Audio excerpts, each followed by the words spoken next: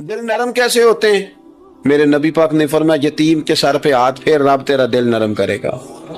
اگر زنگ لگ جائے دل کو تو اللہ کا ذکر کر، قرآن پاک کی تلاوت کر، اللہ تیرے دل کو نرم کر دے گا۔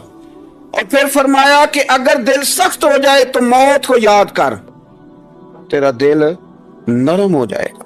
اچھوں کی صحبت اختیار کریں تو دل نرم ہو جاتا ہے۔ قبروں کی زیارت کریں، جائیں کبھی اپنے شہر کے قبرستان میں، غور کریں کہ وہ چودھری صاحب لیٹے ہیں، یہ علامہ صاحب لیٹے ہیں، وہ فلاں بہت بڑے افسر لیٹے ہیں، وہ دیکھو وہ میرا عزیز لیٹا ہے۔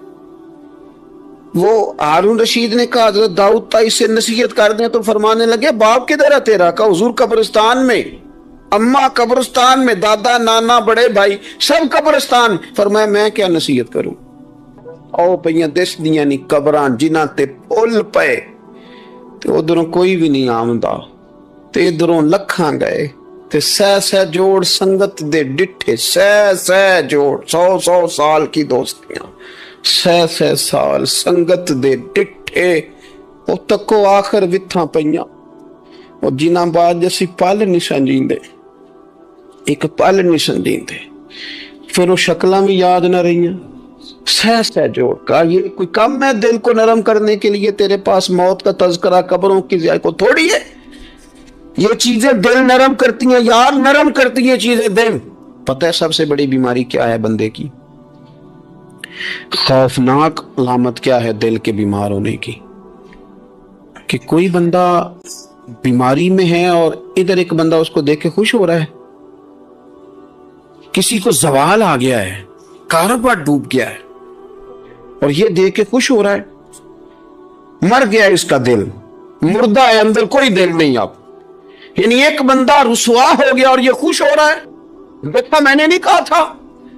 جب کوئی کسی کی رسوائی، کمزوری اور کسی کے زوال پر راضی ہونے لگے تو پھر سمجھ لے کہ اس کا حال اتنا برا ہو گیا ہے کہ اب یہ اخلاقی طور پر مردہ زندگی گزار۔ ہمارا اب یہ حال ہے کہ ہم لوگوں کے دکھوں پر ہنسنے لگے۔ ہم کسی کے ہاں کوئی شخص تکلیف میں آتا ہے تو ہم اس کو کہکوں میں اڑاتے ہیں۔ یارو زندہ قومیں یہ کام نہیں کرتی، زندہ قومیں یہ کام نہیں کرتی۔ میرے نبی پاک صلی اللہ علیہ وسلم نے فتح کے موقع پر بھی گردن کو جھکا کے بتایا کہ جب رب عروج دے تو پھر اللہ کی بارگاہ میں جھک جایا کرو۔ کسی شخص کے پتہ ہے کہ ایک حدیث سنو، یہ مسلم شریف میں موجود ہے، حضور نے فرمایا ایک بندہ گناہ کرتا تھا پھر اس نے توبہ کر لی،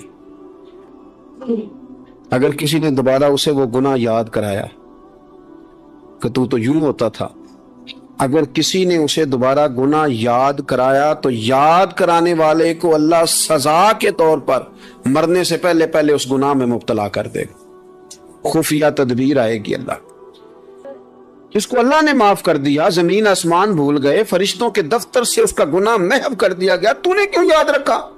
لیکن ہمارے دل اس طرح کے ہیں، خیر کی خبریں نہیں دیتے، ہم خیر کی خبر نہیں دیتے، مثبت بات نہیں کرتے، ہمارے رویے دوسروں کے بارے میں سخت ہیں۔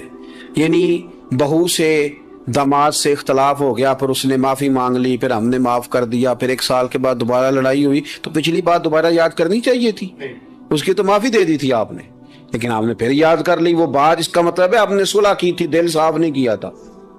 دل جب آپ صاف کر لیں تو پھر معاملہ ختم ہو گیا، پھر آپ پھر نکال پھینک کے ساری چیزیں۔ مسند امام احمد بن حنبل میں حدیث ہے،